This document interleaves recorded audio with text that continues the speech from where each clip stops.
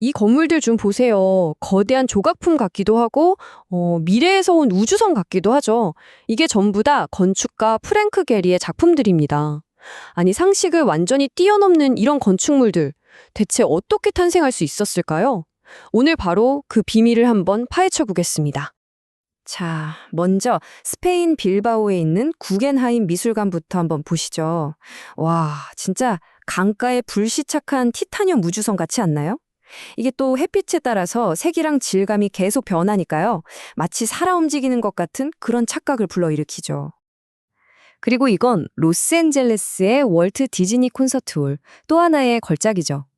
저 바람을 가득 머금은 돛 같은 스테인리스 스틸 곡면 좀 보세요. LA의 그 강렬한 햇살을 온몸으로 받아내면서 도시 풍경을 그대로 담아내고 있습니다. 자, 이번엔 파리로 가볼까요? 여기에는요, 마치 거대한 유리빙산이 둥둥 떠 있는 것 같은 건물이 있어요. 바로 루이비통 재단 미술관입니다.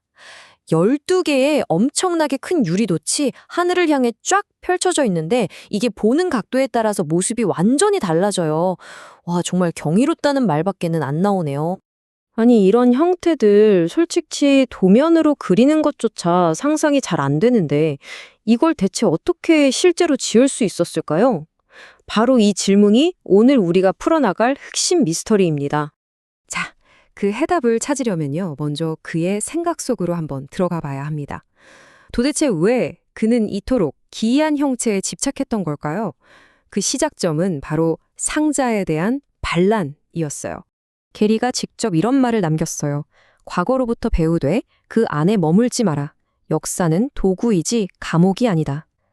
그러니까 그는요, 그저 네모반 듯한 상자 모양의 전통적인 건축에서 벗어나고 싶었던 거예요. 형태 그 자체가 아주 강력한 메시지가 될 수 있다는 걸 증명하고 싶었던 거죠. 사실 이런 그의 철학은 아주 어릴 때부터 시작됐어요. 할머니가 하시던 철물점에서 나무 토막이랑 자투리 재료 같은 걸 가져다가 자신만의 도시를 만들면서 노렸다고 해요. 정해진 규칙 같은 거 없이 그냥 상상하는 대로 뭐든지 만들었던 바로 이 경험이 그의 건축 세계에 아주 깊은 뿌리를 내리게 된 겁니다. 자, 그럼 이제 본격적으로 한번 파고들어 볼까요? 왜 이런 건물을 지으려고 했는지는 이제 알 것 같아요. 그렇다면 이제 진짜 중요한 질문이죠. 어떻게 가능했는지 그 답을 찾아보겠습니다. 그의 꿈을 현실로 만들어준 그 결정적인 열쇠는요, 놀랍게도 건축계가 아니라 정말 전혀 다른 분야에 있었습니다. 바로 항공우주 산업이었습니다. 전투기의 그 복잡하고 정교한 곡면을 설계하는 기술 있잖아요. 바로 그 기술이 게리의 불가능해 보였던 건축에 날개를 달아준 혁신이었던 거죠. 그 핵심 기술의 이름이 바로 카티아, CATI입니다. 원래는 전투기를 설계하려고 만든 3D 프로그램이었어요. 그런데 게리 팀이 정말 아무도 상상하지 못했던 시도를 한 겁니다. 바로 이 항공우주 기술을 건축으로 끌고 들어온 거죠. 이걸 보시면 그 혁신적인 과정이 한눈에 딱 들어오는데요. 정말 흥미롭지 않나요? 먼저 게리의 자유로운 손 스케치가 3D 디지털 마스터 모델로 변환됩니다. 그러면 수만 개에 달하는 모든 부품이 이 모델 안에서 다 설계되고 각자 고유 번호를 부여받는 거죠. 공장에서는 이 데이터를 그대로 받아서 오차 없이 부품을 만들어내고요. 현장에서는 이걸 가져다가 마치 거대한 프라모델 조립하듯이 뚝딱뚝딱 건물을 세우는 겁니다. 모든 팀이 단 하나의 디지털 설계도를 공유하니까 이렇게 복잡한 형태인데도 오히려 오류는 획기적으로 줄어들었다고 해요. 자, 그렇다면 이렇게 기술의 힘으로 불가능을 현실로 만들었을 때 과연 어떤 일이 벌어졌을까요? 그 놀라운 파급 효과 한번 살펴보겠습니다. 1억 달러, 우리 돈으로 환산하면 약 1,300억 원이 넘는 어마어마한 돈이죠. 이 숫자가 바로 1997년에 구겐하임 미술관이 문을 연 이후에 빌바오라는 도시가 벌어들인 경제적 효과를 상징합니다. 바로 이 모습이 그 극적인 변화를 보여주는데요. 미술관이 들어서기 전에 빌바오는 그냥 쇠락해가는 공업 도시였어요.